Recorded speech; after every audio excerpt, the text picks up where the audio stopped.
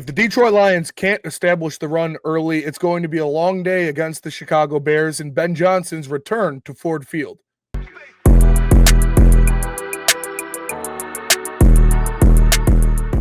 What up, though, everybody, and welcome to Lions Nation Unite. My name is Spencer Raxter. I appreciate you tapping in. Make sure you smash that like button. Lions Nation Unite was created to bring together content creators about the Detroit Lions from all different walks of life to give you the best possible coverage, great insights, the opinions of current, former, and possibly future Detroit Lions, and everything that the Lions are doing now. Obviously, Week 1 didn't go as planned for the Detroit Lions against the Green Bay Packers. They struggled big time in Lambeau, getting the run going, getting pressure on Jordan Love. There were a lot of different things that they struggled with in a really poor showing in their first matchup of the season against the Green Bay Packers. Now, the Chicago Bears are coming into town this week in the NFL's Week 2. Ben Johnson makes his triumphant return against the Detroit Lions, and there are a couple things that kind of stand out when you look at keys to this game,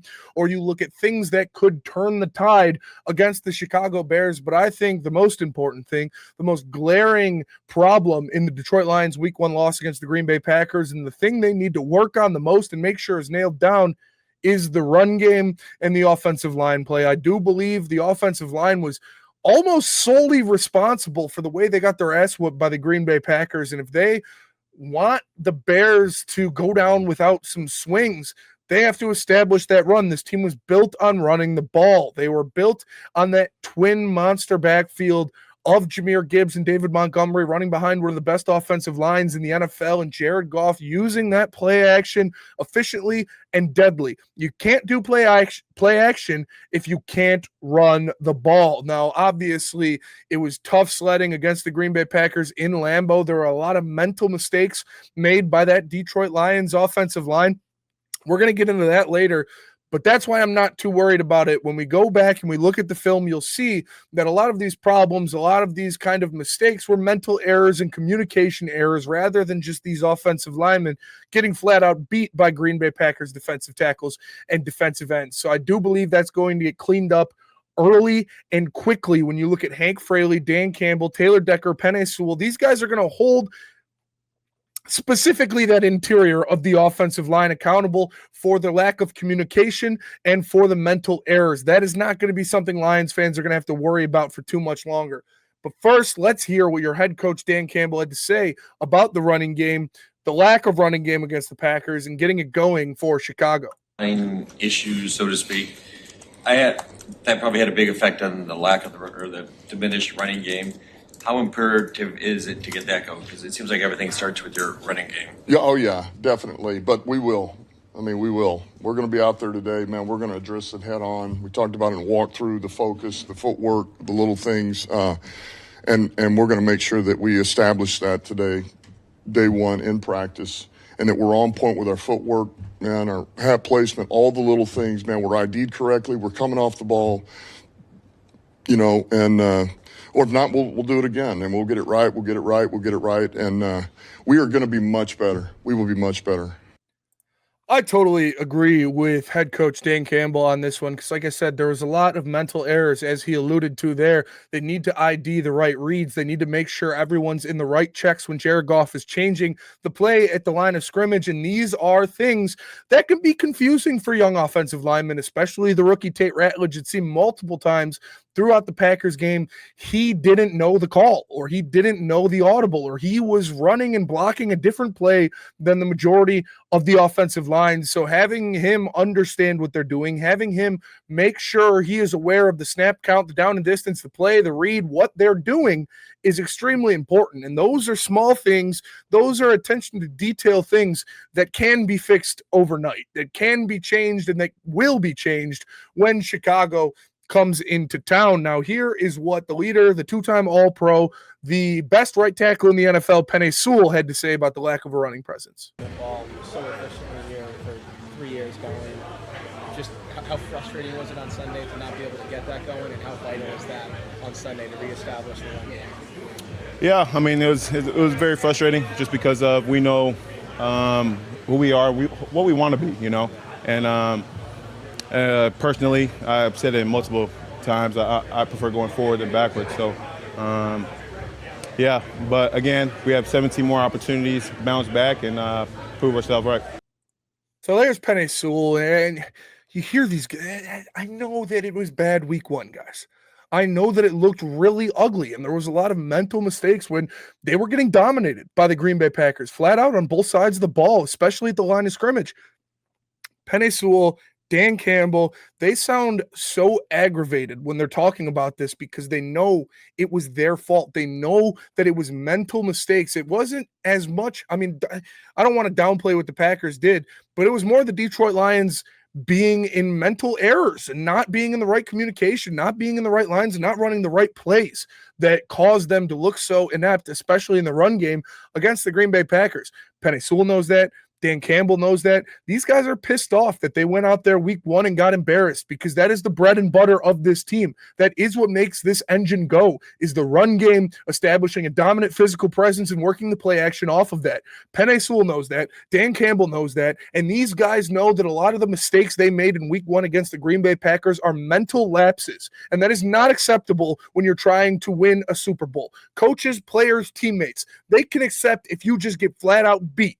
If you get beat by somebody who's better than you, people can accept that. But when it is mental errors causing you to run the wrong plays, not know the audible, or not know your key assignments, that is unacceptable. That is unacceptable for an NFL player. Those are the things they have to fix.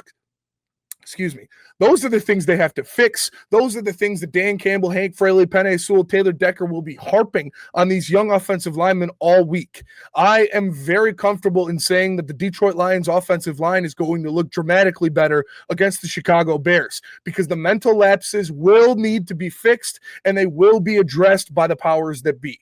Now, here is Penei Sewell again talking about how it felt getting blown out by the Packers. When you go back and watch that tape, Penei, just what's your reaction to it? Poor. Just if I put it in the summary, poor play by our standard, and it's an emphasize of and an urgency to get better. So that's what we're working on. Is this a situation where instead of it's not going back to the drawing board, it's just more intensity at the drawing board? Yeah, I would say so. You guys have had such a standard here for such a while, such a long time going now. Is it a matter of not freaking out internally? That's the sense we're getting from a lot of your teammates. Yeah, I mean, again, it's week one with a new team. Again, we got young guys in part of the five up front, and but the other three, we know what it looks like, and it's our job to bring along the other two. How do you like?